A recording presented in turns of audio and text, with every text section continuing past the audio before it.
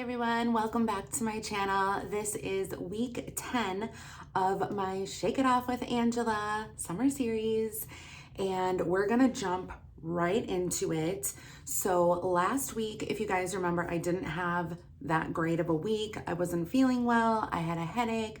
By the way, I think I'm wearing the same exact outfit that I was wearing last week. So no, I didn't wear this all week. It just so happens that it's clean on the day that I film, which is Friday.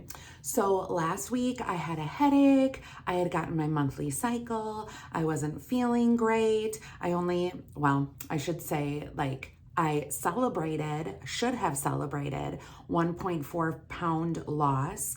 And I was kind of complaining about that. And it was just kind of like a woe is me type of episode. So I do apologize for that, but I feel like every once in a while we do have those feelings. And I guess when we have those feelings, we should just feel them and express them and accept them and know that that happens. But anyway, this is week 10. Like I said, I have lost a total on week 10 of 37.6 pounds. So now remember, I started my Shake It Off with Angela series 2 weeks after I had started really, focusing on my weight and exercising and things like that. So actually, even though this is week 10 of me recording, I've been doing this for 12 weeks. So the 37.6 is for the 12 weeks. But this week, I lost a total of 3 pounds. I'm so excited, you guys. So I was a little bit worried because I had also talked in the previous episode that I was switching scales. So long story short, I bought a scale on Amazon. I tried syncing it to my phone. It wouldn't sync. And then I put it in the other bathroom, and one morning I just happened to step on my old scale and it was one number, and then I stepped on the new scale and it was like 4 pounds over. And then my old scale started breaking this week because this was like a few months back. And I was just like, shit, like I'm gonna have to switch over to my new scale, and it's going to say that I weigh even more for this, coming week. But I hopped on the scale and I was 3 pounds down, and I actually, I did it. I said last week that I was not going to step on the scale at all this week, and I did it. I was weighing myself every single day. It was extremely liberating to not get on the scale every morning.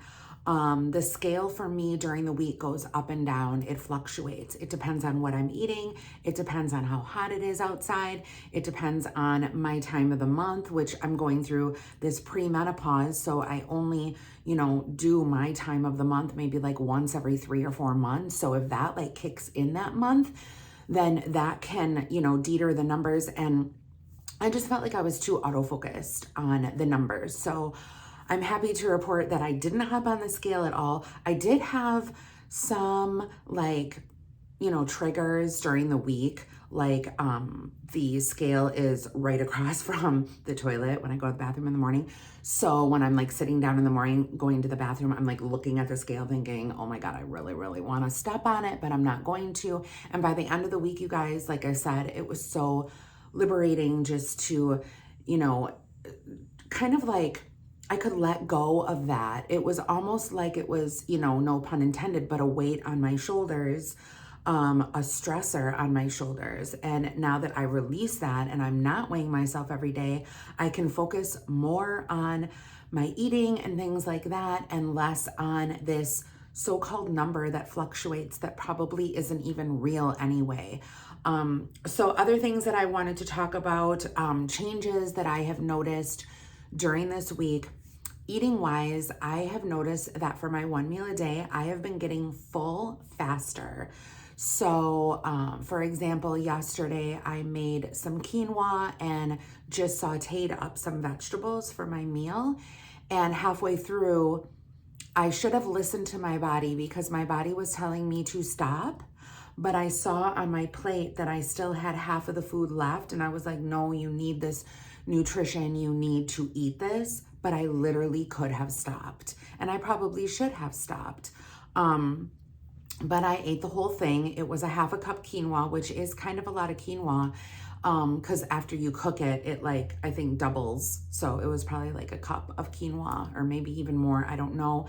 And then it was a cup and a half of the stir fry vegetables. So I had carrots in there, I had broccoli, I had let's see, asparagus, I had beans, what else? What else is in that thing? I don't know. Anyway, a lot of different vegetables were in there. So, you know, seasoned all of those up, and everything was, you know, really, really good. It's just that I was really, really full. I've also noticed that when I do my creamy after my meal, because I have an ice cream after every meal, each day that I have, because I only eat once a day, I stopped doing the mix-ins.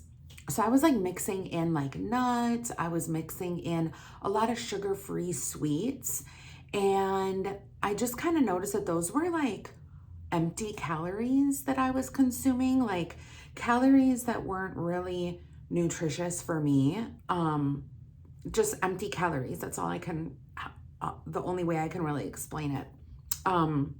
So I stopped adding those in, and I'm just wondering if that little shift, you know, made it so my weight went down a little bit this week. I'm not sure, but all I know is that I feel great. Exercise wise, I did also switch some stuff up. I added weights, so I'm doing weights now at the gym, at least twice a week. If I can, I would love to do 3 times a week, but for now I'm just doing it twice a week. And I did it in the morning this time. So that was a little switch for me. I woke up at 5 o'clock and I got my ass out of bed and I got out the door by, the days that I swam in the morning, I got out the door at 6:10. And the days that I lifted, I got out at 6:30. So when I came home after work, I was ready for a nap. So I actually did, I think twice this week, I laid down and I took an hour-long nap, but I felt like my body needed it. But at the same token, then it was hard for me to fall asleep at night around like my normal 9:30, 10 o'clock. It was a little bit later, I think, due to the nap. So I'm gonna try to slowly transition myself to not take that nap. Maybe set my alarm instead of like an hour-long nap. I can taper it down to 45 minutes and then a half an hour, and we'll see, you know, how that works. I've also been using my book.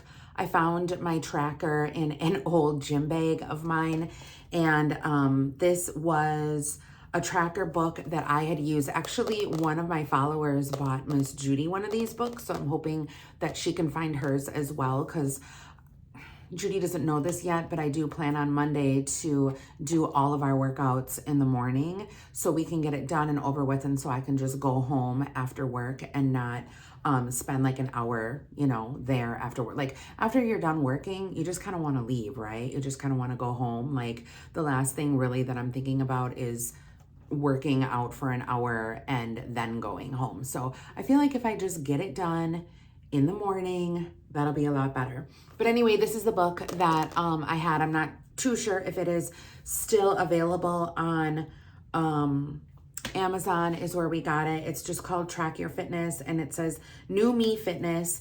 And in here, you can basically track, I'll turn to one of the pages, all of your like weights. So like your sets, I don't know if this is going to focus because I'm doing a different focusing thing.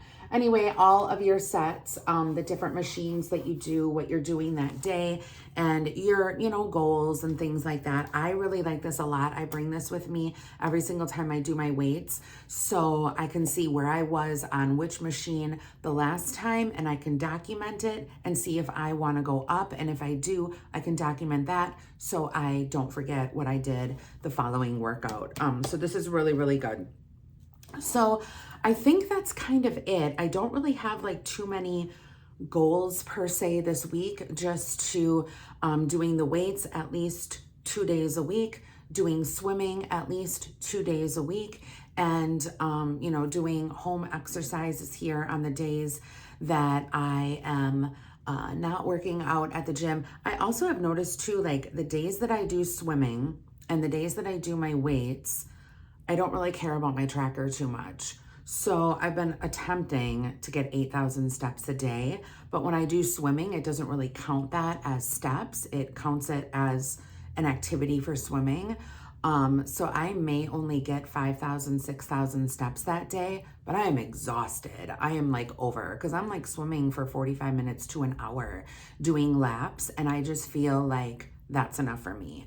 But maybe I'll push myself a little bit harder this week. I don't know. But anyway, that's my update. 10 weeks. I did it. I didn't hop on the scale. And I'm going to continue to do that, only weigh myself on Friday mornings. And now that I got my new scale, I'm happy, and I feel like it's more of, what I want to say, it's more accurate in the reading. So yeah, that's it. So I hope you guys all have a great week. Leave a comment down below. Even if it's just you commenting like weights or something, or a heart, you know, just to let me know that you guys are watching. If you guys have any other tips or tricks, please leave those down below. Don't forget to follow me on my Shake It Off with Angela Facebook page. I try to post on there once a week. But it's just a place where, you know, if you want to reach out to me, you can, if you have a question or whatever. But I hope everyone has a great week, and I will see you all next week on Saturday morning. Bye, guys.